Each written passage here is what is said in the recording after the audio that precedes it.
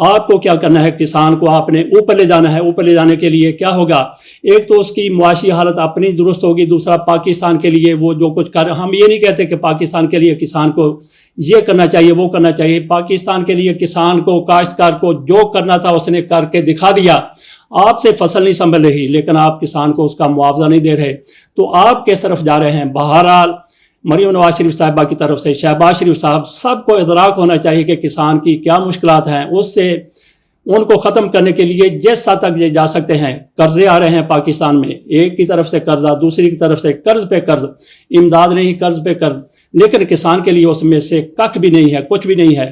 کسان کو آپ اگر جتنا زیادہ اٹھائیں گے پاکستان کی معیشت اتنی ہی زیادہ مضبوط ہوگی. صاحب آپ مجھے بتائیے گا, ٹائم جو ہے وہ ہمارے پاس بہت شارٹ ہے, میں چاہوں گی آپ بتائیے کہ لاہور کے جو ایئر کوالٹی انڈیکس میں جو تیزی سے اضافہ ہو رہا ہے اس کے بارے میں کیا کہیں گے آپ؟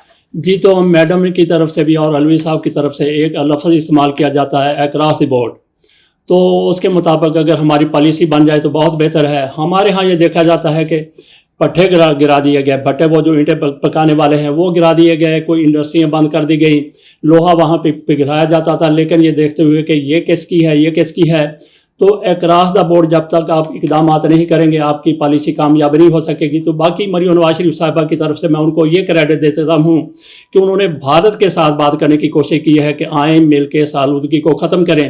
تو باقی پہلے کہا جاتا تھا کلائمیٹ وارمنگ کے حوالے سے بات کی جاتی تھی, اب وہ وارمنگ جو اب وہ بوائلنگ میں جا چکی ہے. ہمارے ہاں یہ رپورٹ ایک آئی تھی اقوام متحدہ کی طرف سے کہ 2025 میں پاکستان میں پانی کی بہت کمی ہو جائے گی اور 2040 میں تو قحط کی صورتحال ہو جائے گی. 2040 کس نے دیکھا ہے؟ تو حکومت جب پالیسیاں بناتی ہے تو پھر یہ نہیں دیکھنا کہ آج کون سی پالیسی کامیاب ہوگی, کل کون سی ہوگی. تو لانگ ٹرم ہمیں پالیسیوں کی ضرورت ہے. دیکھتے ہیں کہ ہماری حکومت اس طرف آتی ہے یا نہیں آتی. آپ کا بہت شکریہ کہ آپ پروگرام کا حصہ بنے, اور یہاں پہ ملیں گے کل دوبارہ نئے ہاٹ ایشوز کے ساتھ.